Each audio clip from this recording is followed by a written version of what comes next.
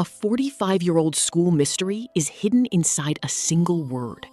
To uncover the truth, a relentlessly curious girl drags a boy who hates solving problems into the case. Meet Houtarou Oreki, a high schooler with a simple motto: conserve energy. He sees life as a spectrum, from gray to rose-colored. While his classmates chase vibrant, rose-tinted dreams, Houtarou actively chooses the gray path. It's not about being lazy, it's a philosophy. Why waste effort on things that don't matter? He stares out the classroom window, content in his low-power mode, believing that an ordinary, uneventful life is the most efficient one. But this peaceful gray existence is about to be shattered by a single piece of paper from halfway across the world. Back at home, Houtarou reads a letter from his globe-trotting older sister. From India, she issues a command, not a request: join the soon-to-be disbanded Classics Club. She frames it as preserving her own rose-colored high school memories. Houtarou sighs, recognizing the checkmate. Arguing with his sister is a massive waste of energy with zero chance of success. To maintain his gray equilibrium and avoid future conflict, he decides to follow her orders. He'll just sign up, be a ghost member, and keep his precious energy reserves intact. Simple, right? Houtarou arrives at the designated club room, a dusty geography prep room. He slides the door open, expecting an empty space to sign his name and leave. But he's not alone. A girl with long, dark hair and striking violet eyes stands silhouetted against the window. This is Eru Chitanda. She turns to him, not with alarm, but with an intense, captivating curiosity. Before he can even process the situation, he finds himself trapped by her gaze, her presence a vibrant splash of color in his carefully curated gray world. He's completely thrown off his rhythm. Chitanda presents their first puzzle. She was somehow locked inside the room. How is that possible if he just unlocked it from the outside? Houtarou's mind immediately tries to shut down. This is an unnecessary expenditure of energy. But Chitanda leans in close, her big eyes wide with wonder, and utters the fateful words, "I'm curious." Her overwhelming curiosity is an unstoppable force. It latches onto Houtarou, compelling him to engage. Reluctantly, he pieces together the simple solution, setting the precedent for their entire relationship. Her curiosity, his intellect. In the now lively Classics Club room, Chitanda presents a new problem. She reveals that the club is required to publish an anthology for the upcoming cultural festival, but they have no past works to draw from. Her eyes, however, are sparkling with a different kind of curiosity. She pulls out an old-school newspaper and points to a headline, wondering about a minor incident from the previous year. To Houtarou's dismay, she's trying to find a mystery to solve for their first publication.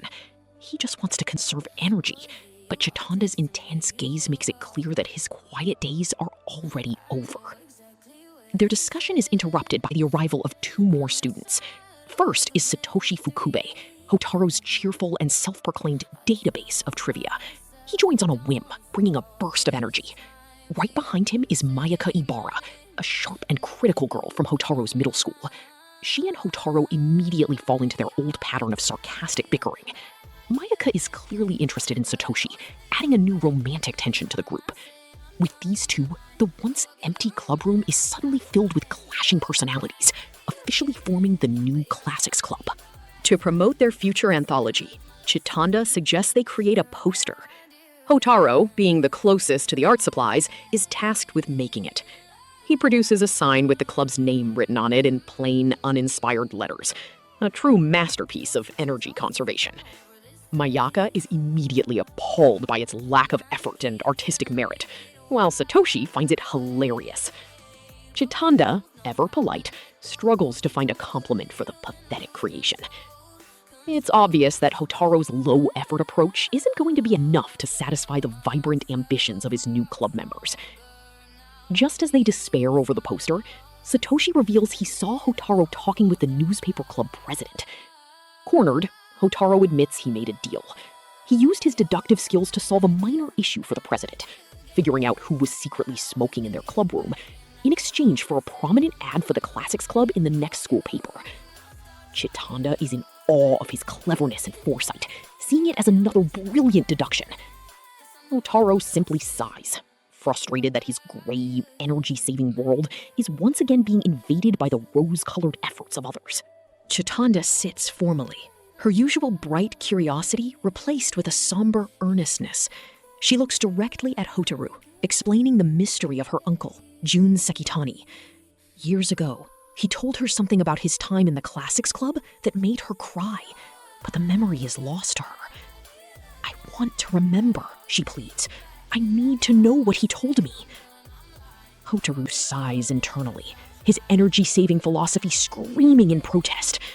A 45-year-old mystery with no solid clues? It's an impossible, draining task. But faced with Chitanda's desperate, imploring eyes, he finds he can't bring himself to refuse. The club's first stop is the school library's archives. Mayaka, using her authority as a library committee member, leads them into the dusty, restricted section. The air is thick with the smell of old paper. Satoshi enthusiastically pulls down heavy yearbooks, blowing clouds of dust off their covers, while Chitanda looks on with hopeful anticipation. Houtarou, meanwhile, leans against a shelf, a perfect picture of profound laziness. He watches them work, mentally calculating the immense amount of energy being expended on what he believes is a pointless search. He's participating, but only with his physical presence. They quickly find the yearbooks from the right period, but their hopes are just as quickly dashed. Satoshi flips through the pages, his cheerful expression fading to confusion. "It's gone," he announces, showing them the book.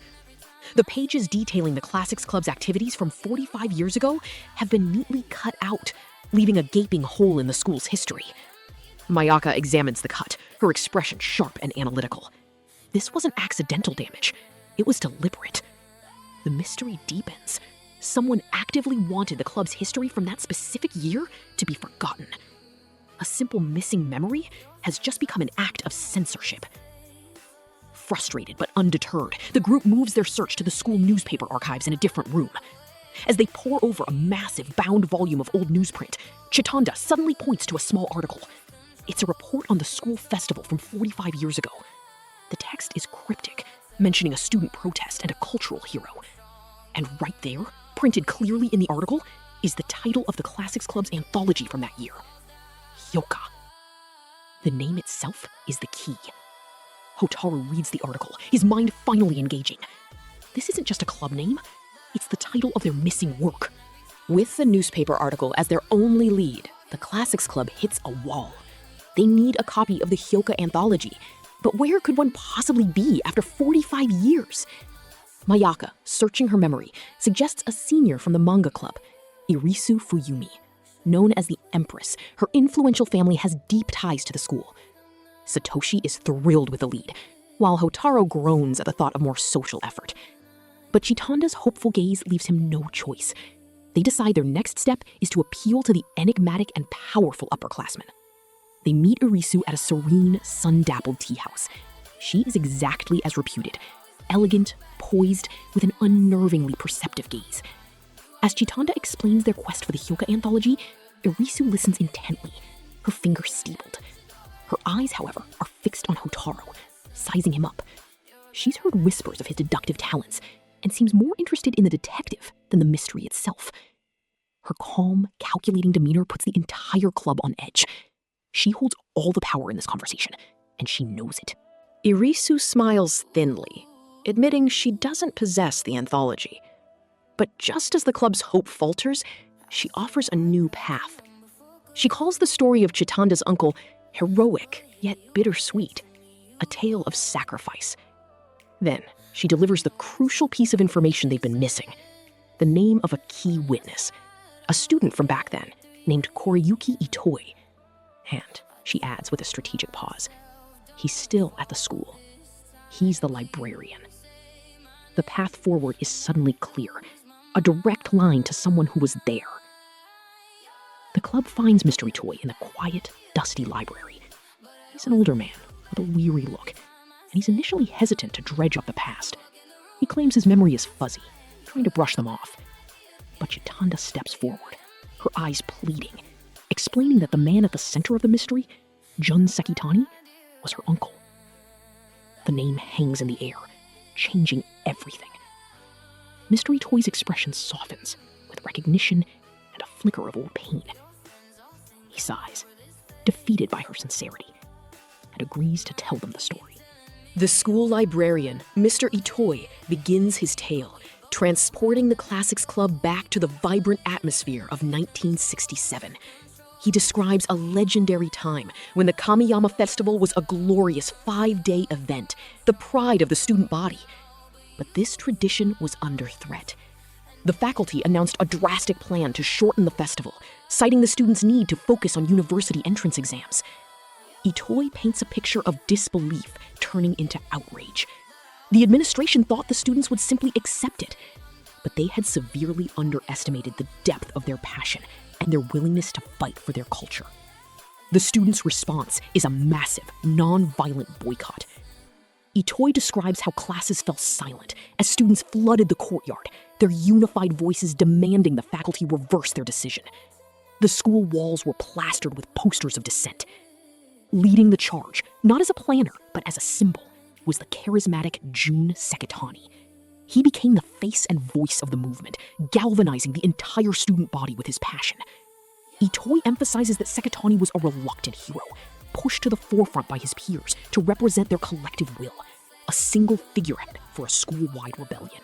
The protest succeeds. Facing a complete school shutdown, the faculty offers a compromise, a 2-day festival. It's a victory, but it comes with a cruel condition. The administration demands a scapegoat. A leader must be held responsible and expelled for the disruption. If no one steps forward, the deal is off. The students are trapped. In a moment of quiet, selfless sacrifice, Jun Sekitani volunteers. He agrees to take the fall, accepting the expulsion to protect the movement's hard-won victory and save his fellow students from any consequences. A celebration of their success is immediately soured by this tragic price. With Jun Sekitani expelled, his classmates decide to honor his sacrifice. They name their anthology Hyouka. Itoi finally reveals the hidden meaning behind Chitanda's uncle's last words. The characters for Hyouka, Hoka, mean ice cream. But it's a clever, bitter pun. When spoken aloud, it sounds like I scream. It was Sekitani's final silent cry, a lament for being sacrificed and for being unable to truly enjoy the festival he fought for. As the story concludes, the weight of this 45-year-old tragedy settles upon the Classics Club, especially a somber and shaken Chitanda. In the Classics Club room, Mayaka is fuming. She recounts an incident from her and Chitanda's class. Their teacher, Mr. Ogi, mistakenly ended a math test period early. Now he's furious, believing a student deliberately lied to him about the time. He's holding the entire class hostage, refusing to teach the next chapter until the supposed culprit confesses. Chitanda sits beside Mayaka, looking deeply troubled. She can't stand the oppressive atmosphere of suspicion and anger. To her, the teacher's wrath and the potential suffering of an innocent classmate are nothing short of a deadly sin. Unable to bear the situation, Chitanda turns her full, intense gaze upon Houtarou. She leans in close, her large eyes practically sparkling with desperate curiosity. "I'm curious," she declares. She explains that she cannot function while her class is in such turmoil. The thought that a friend is being falsely accused, or that her teacher is consumed by misplaced anger, is something she simply cannot ignore.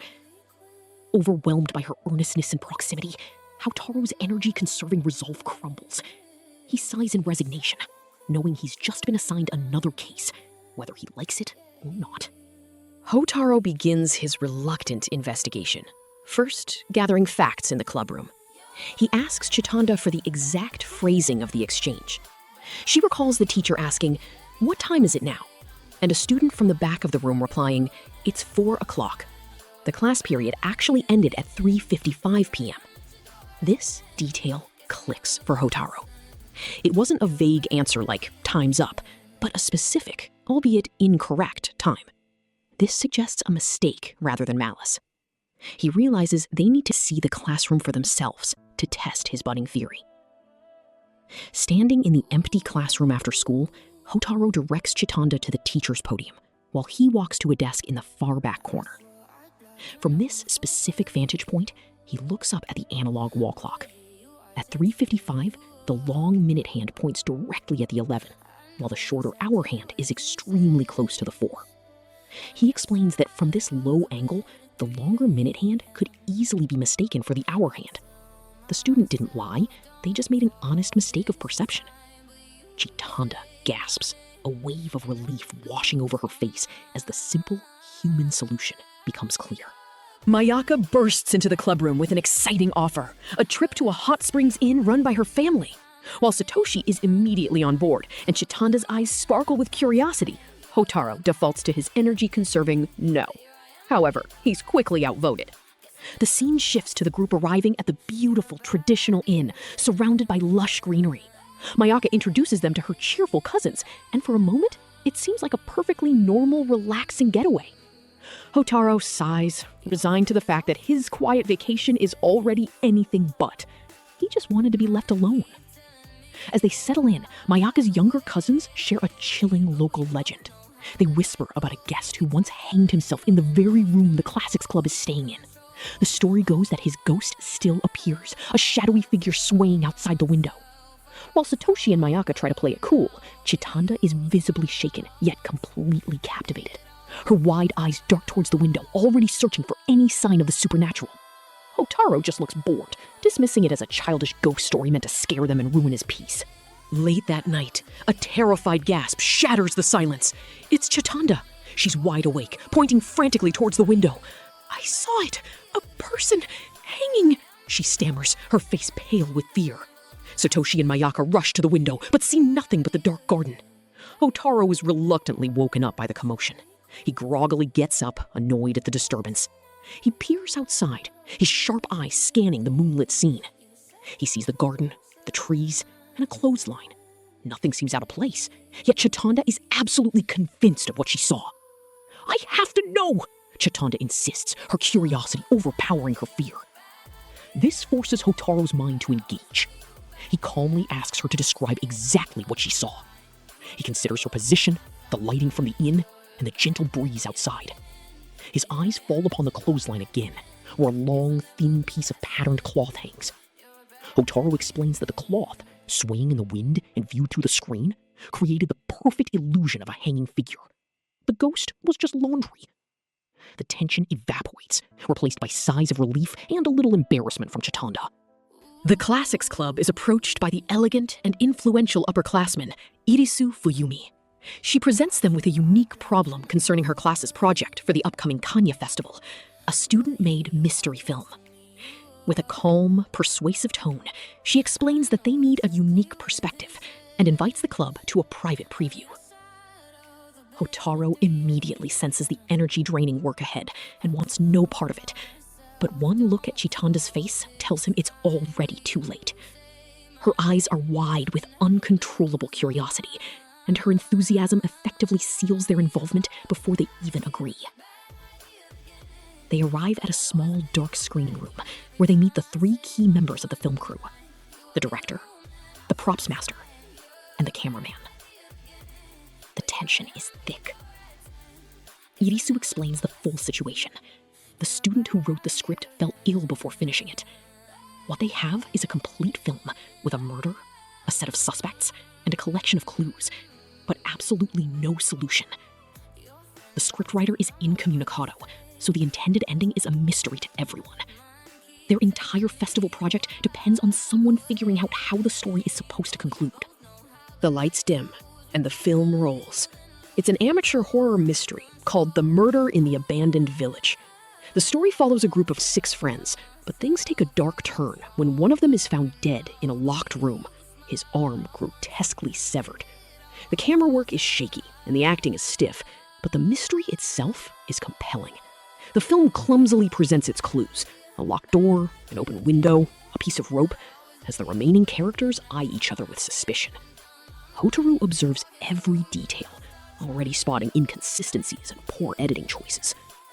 Just as the student detective in the film gathers everyone to announce the killer's identity, the screen cuts to black. The film is over. The lights come up, revealing Irisu's calm, expectant face.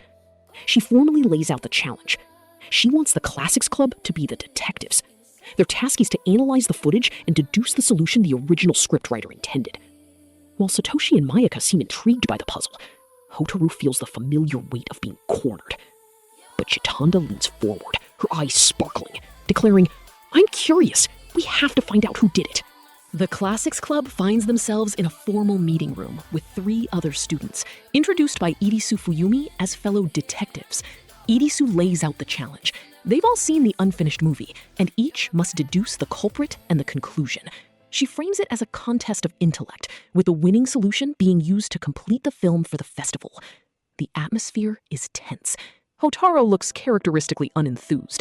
Mayaka is competitive. Satoshi is intrigued, and Chitanda is simply earnest, ready to tackle the mystery head-on. The pressure is on to outperform the so-called experts. The first student, Nakajo from the Mystery Research Club, presents his theory with theatrical flair. He proposes an incredibly complex locked room scenario where the victim actually committed suicide. He explains a convoluted trick involving a specific rope, a window latch, and the precise timing of a storm, all to frame it as a murder. His solution is pure genre fiction, filled with classic tropes but lacking any real-world plausibility or narrative sense. Houtarou almost scoffs at the overly elaborate explanation, recognizing it as a fan's wild fantasy rather than a logical deduction based on the provided evidence. Next up is the second detective, a student who focuses on the film's technical details. He dismisses the previous theory and instead focuses entirely on the props, specifically the different types of rope seen in various shots.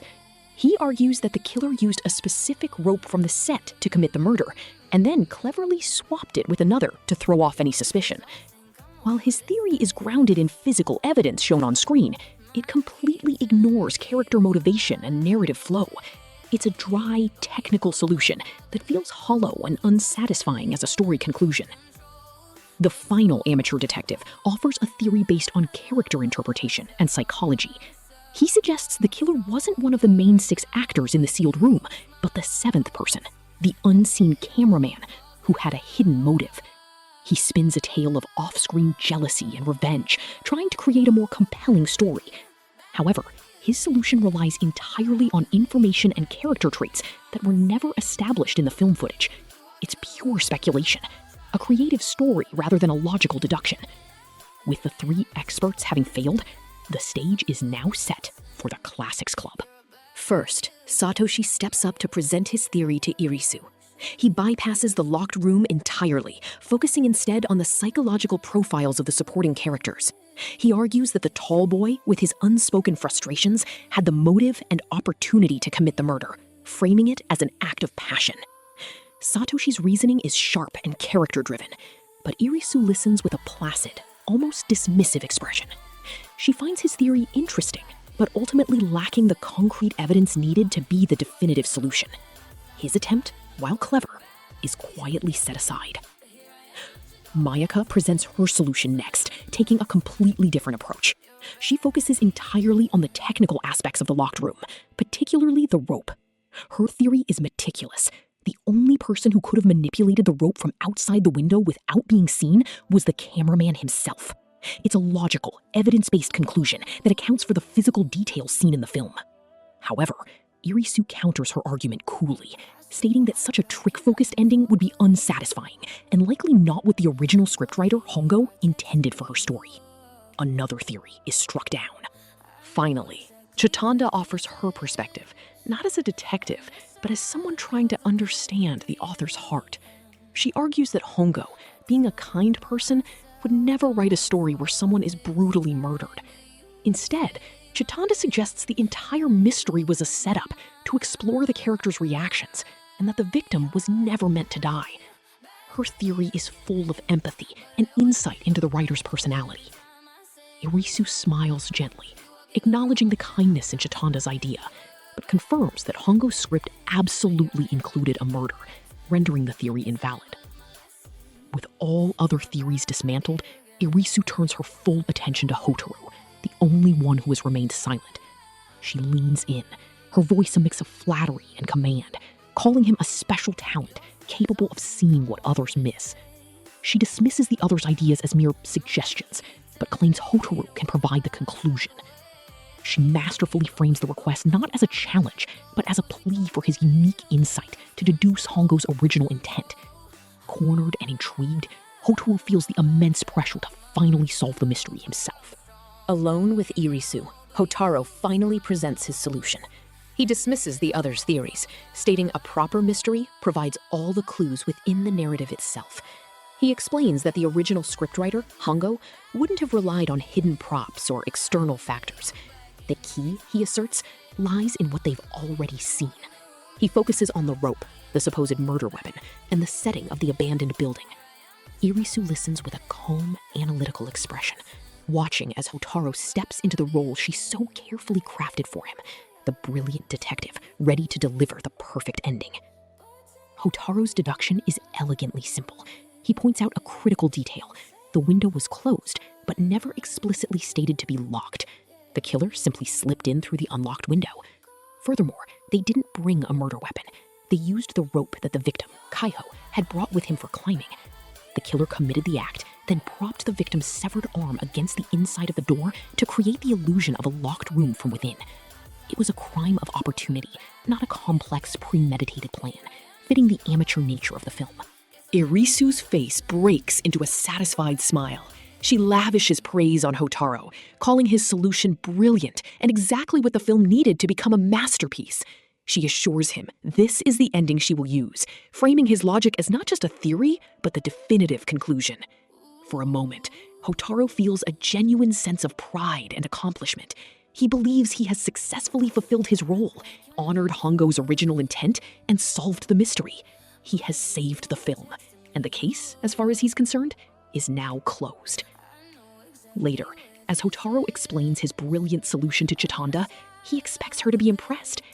Instead, she looks at him with her wide, earnest eyes and asks a devastatingly simple question. But was that what Hongo-san really wanted to express?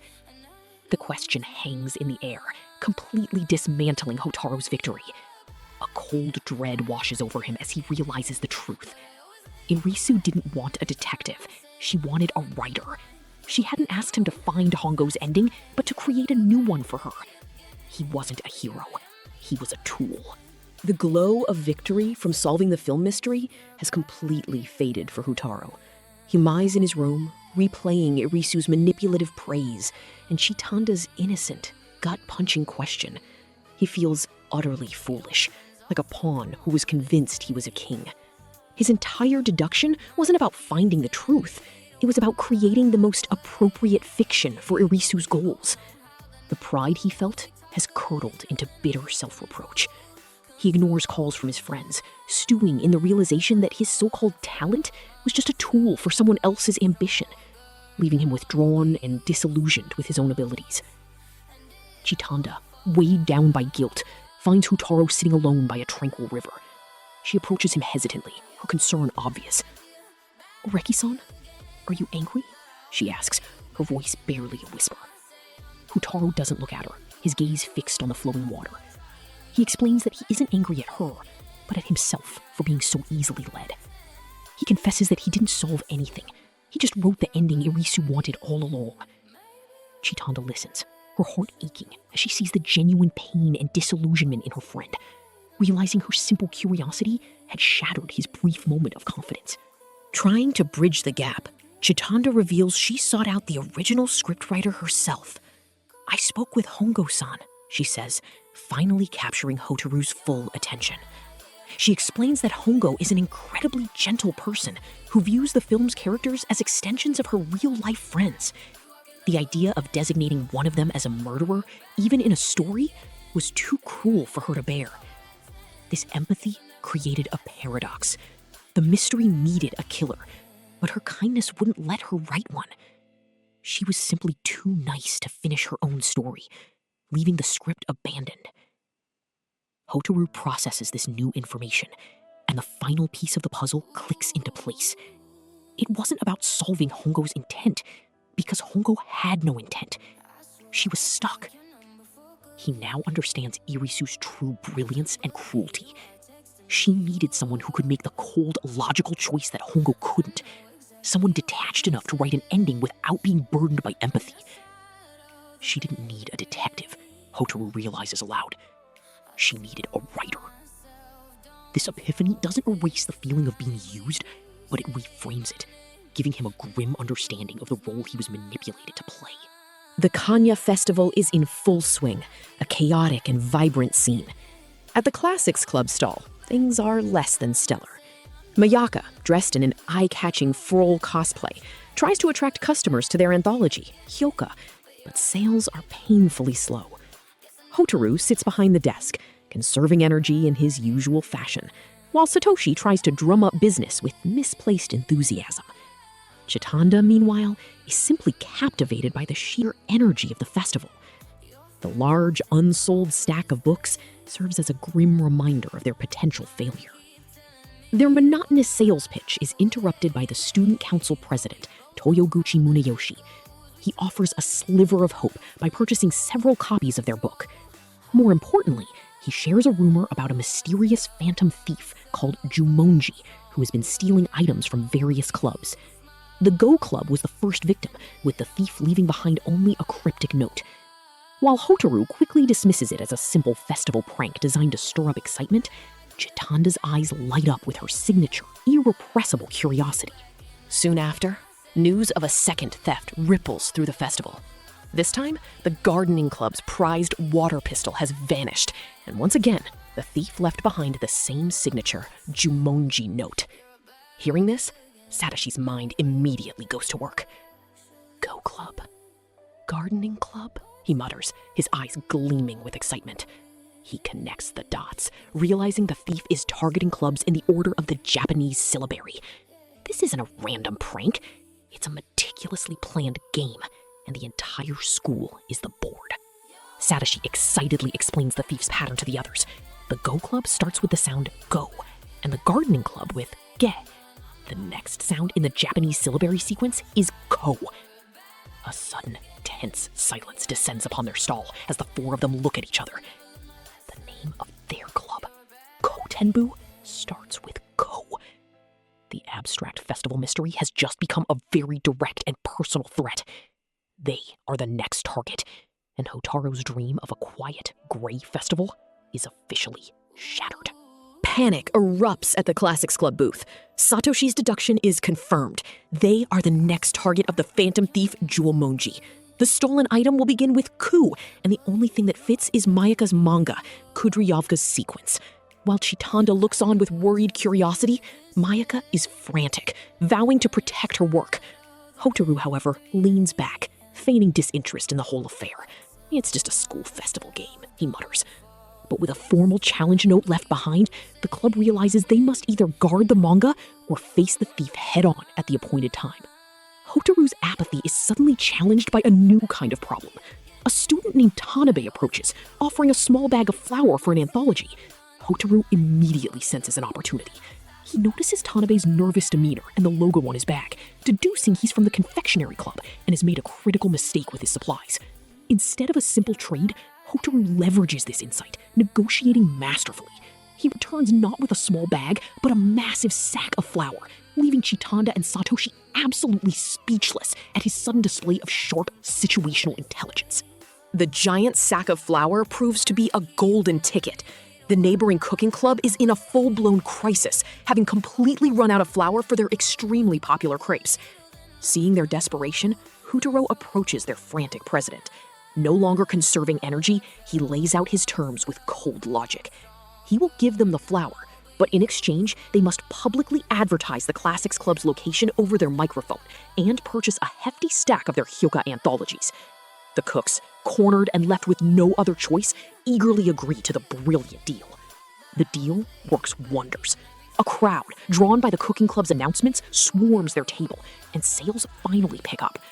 Amidst the chaos, Satoshi delivers a message from Houtarou's sister, a simple note urging him to sell everything. This galvanizes Houtarou, whose eyes light up with a new kind of energy. He announces their new plan. They won't just stop Jumonji. They will use the thief's scheduled appearance as the ultimate marketing event, turning the confrontation into a public spectacle to sell every last copy of their anthology before the festival ends. The Classics Club room is packed to the brim, the air thick with anticipation. Hotarou's challenge to the phantom thief Jumonji has drawn a massive crowd, all eager to witness the showdown. Satoshi watches his friend, amazed at the energy Houtarou is suddenly expending. While Chitanda nervously awaits the thief's arrival, Houtarou stands calmly, a faint, calculating smirk on his face. He surveys the crowd not with anxiety, but with the quiet confidence of a stage manager watching his production unfold. The trap is set, and the star of the show is about to make his entrance. Suddenly, a shout from the hallway diverts everyone's attention. A student claims to have spotted Jumanji near the school's entrance. As the crowd rushes to the windows, the classroom lights flicker and die, plunging the room into darkness and momentary chaos.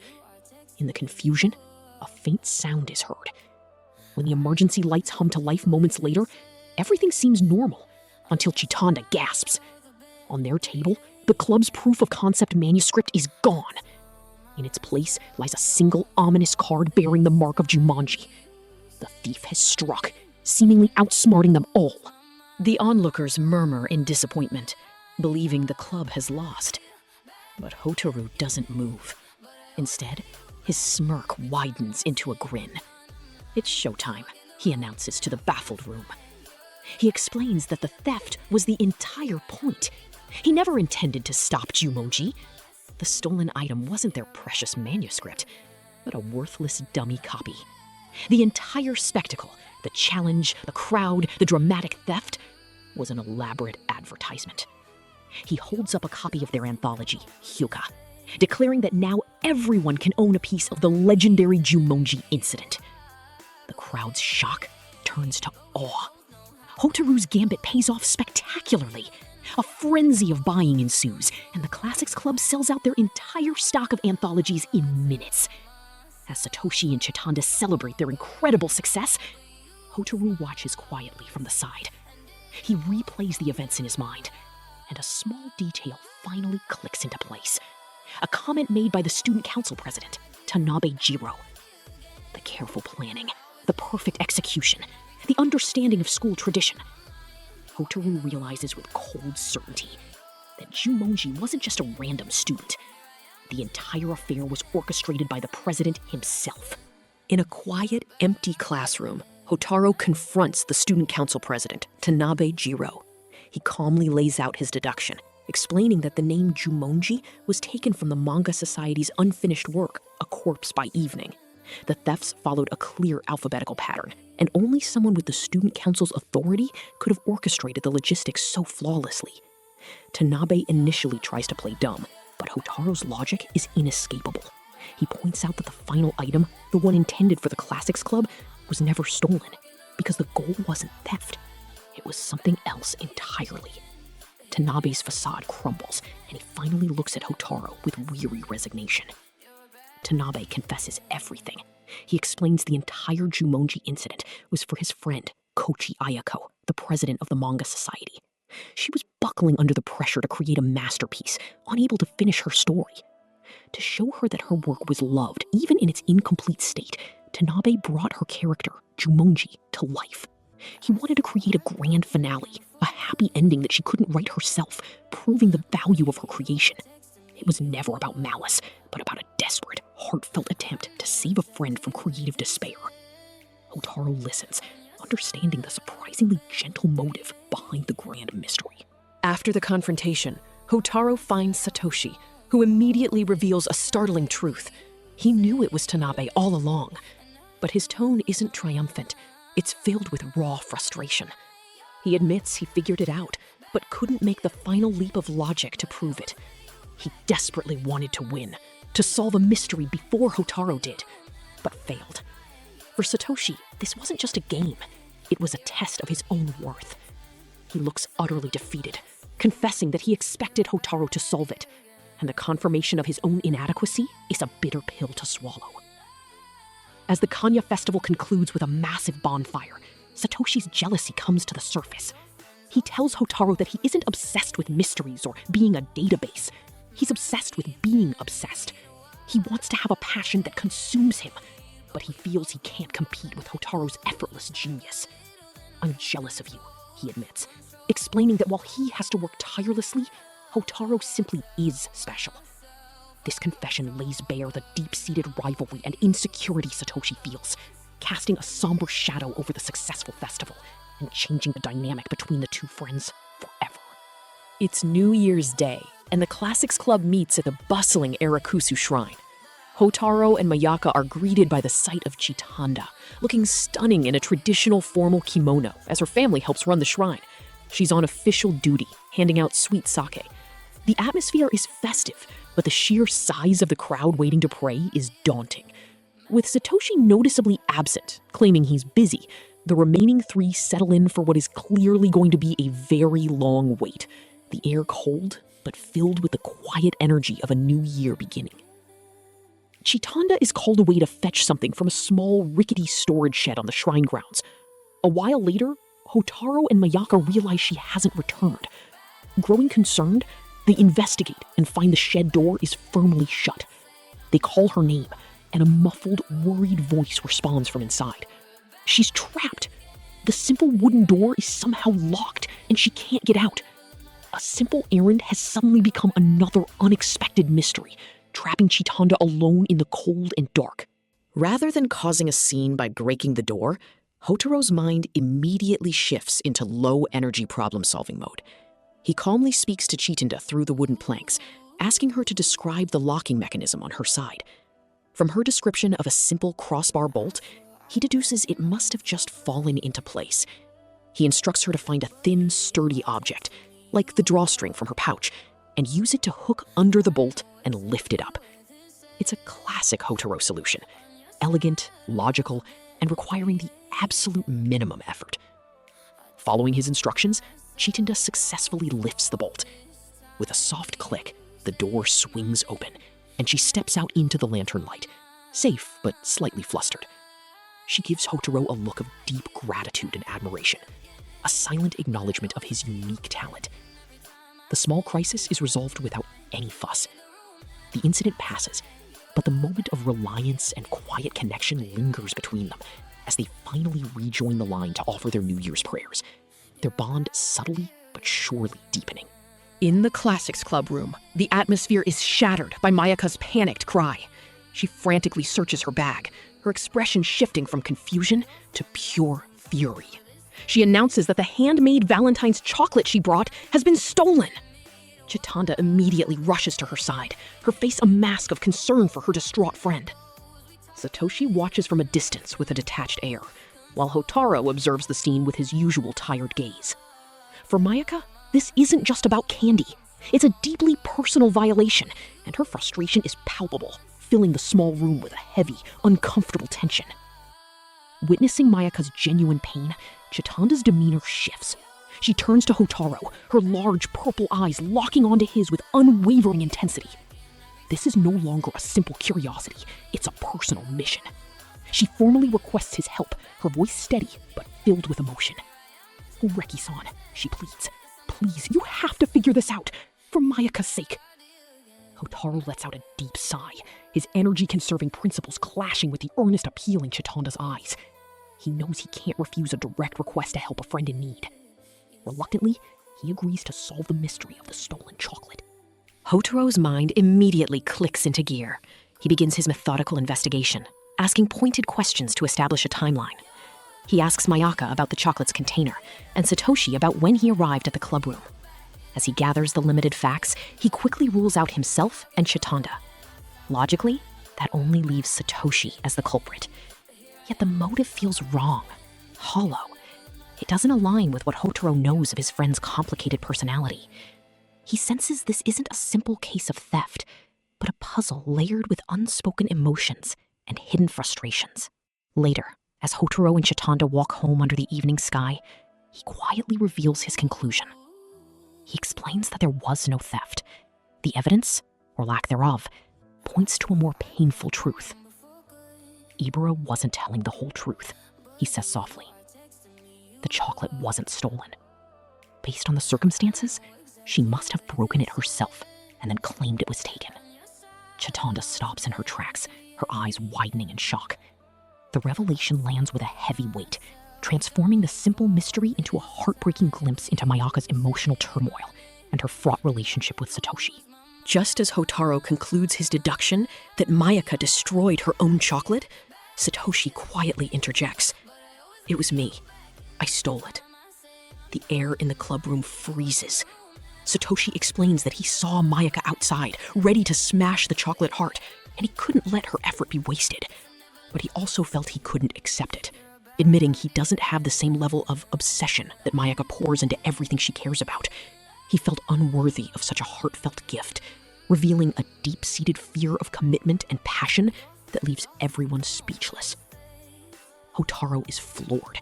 His perfect, logical deduction has been completely shattered by the one variable he consistently underestimates: human emotion. He realizes his energy-conserving approach failed him.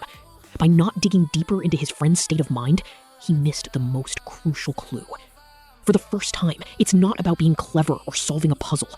It's a stark reminder that his detachment has created a blind spot. He didn't just get the case wrong, he failed to understand his best friend when it mattered most. A blow far heavier than any intellectual error. Later, Satoshi and Mayaka stand on a bridge, silhouetted against the setting sun. The atmosphere is heavy with unspoken words. Finally, Satoshi confesses everything to her directly. He explains his fear of becoming obsessed and losing himself, contrasting his own nature with her passionate dedication to things like manga. He admits that her handmade chocolate represented a level of devotion he felt he couldn't possibly match. His confession isn't an excuse, but a raw, vulnerable admission of his own insecurities and why he couldn't accept her feelings head-on. Mayaka listens to his painful explanation without anger. A sad understanding settles over her. Instead of arguing, she simply pulls out a small, generic, store-bought chocolate and offers it to him. The gesture is a compromise, a gift without the overwhelming weight of her handmade confession. She tells him she's not asking him to change, but hopes they can reach a better understanding someday. It's not a happy ending, but a mature, bittersweet acknowledgement of their differences, leaving their future uncertain, but their honesty finally on the table. Chitanda approaches Houtarou with a troubled expression, explaining the dilemma for the upcoming Hinadal festival. She's been chosen to portray the Empress, a great honor, but a bridge on the traditional parade route is under construction. This logistical snag has caused a dispute with another influential family, who are using the disruption to claim precedence. Chitanda, looking earnest and worried, asks Houtarou if he can possibly find a solution. "I don't want to bother you, Oreki-san," she says softly, "but I'm at a loss." Her personal investment makes this more than just another mystery to solve. Houtarou, with his usual sigh of resignation, agrees to help. He can never truly refuse Chitanda when she's this sincere. They walk to the location in question, a small bridge blocked off by construction signs and equipment. A temporary footbridge has been set up, but it's narrow. Houtarou stands there, hands in his pockets, observing the scene with a detached, analytical gaze. He assesses the width of the path, the flow of the river below, and the surrounding buildings, absorbing every detail. Chitanda watches him, her hope resting entirely on his energy-conserving but brilliant mind. Later, they sit together looking over a local map and some historical documents about the festival. Chitanda points out the traditional route, her finger tracing the path that's now blocked. Houtarou stares at the map, his eyes unfocused for a moment. He isn't just looking at the bridge, he's looking at the entire town's layout. A name of a small, seemingly insignificant side street catches his eye. Suddenly, his expression shifts.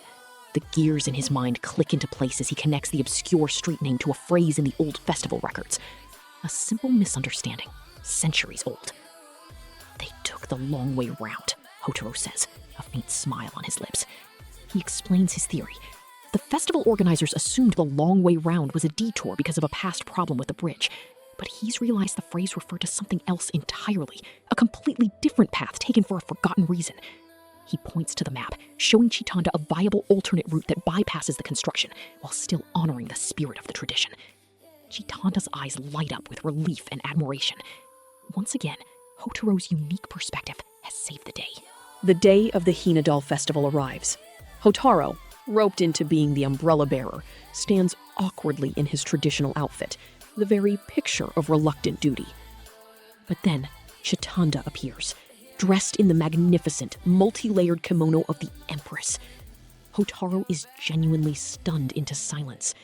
Her usual cheerful curiosity is replaced by a serene, formal grace that he has never seen before. He takes the heavy ceremonial umbrella, his usual apathy momentarily forgotten as he processes this new, regal vision of his friend. The weight of the umbrella is nothing compared to the weight of the moment. The procession moves through the town streets, lined with onlookers. Houtarou's arms begin to burn from the effort of holding the huge, ornate umbrella aloft. This is far more exertion than he's used to. He watches Chitanda, who walks ahead of him with perfect posture, embodying her role. He realizes this isn't just a parade for her, it's a performance of her future. This is the duty she was born into, the responsibility she will inherit.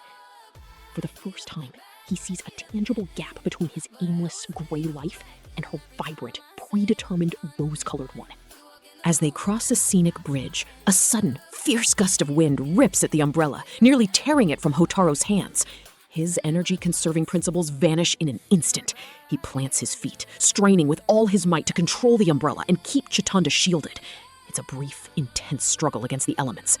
Chitanda glances back, her calm facade breaking for a moment with a look of concern, which quickly melts into a small, grateful smile as he steadies the umbrella.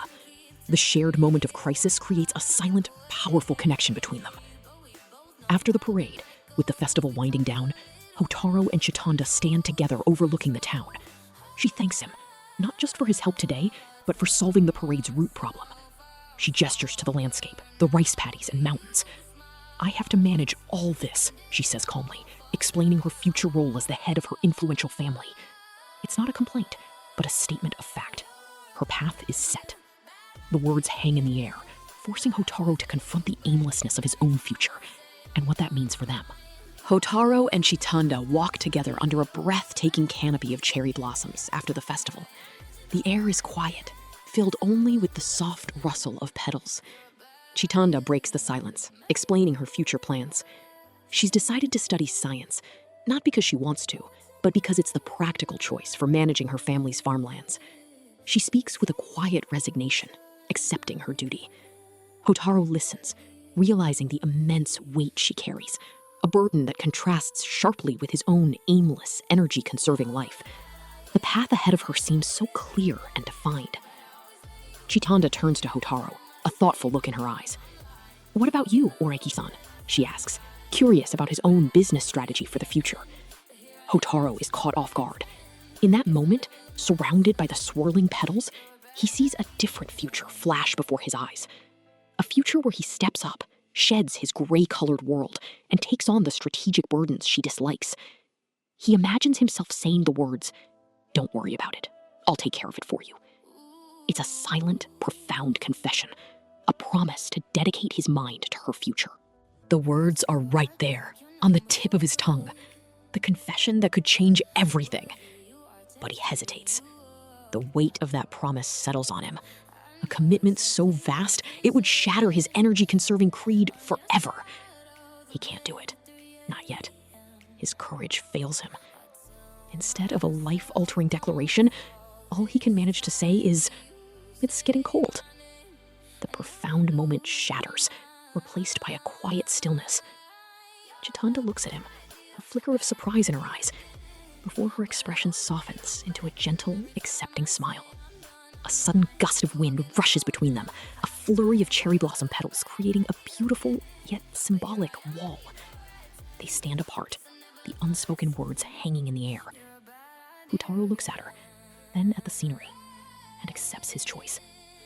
His gray-colored life was briefly touched by rose, and while that chapter might be closing, he knows it's not the end.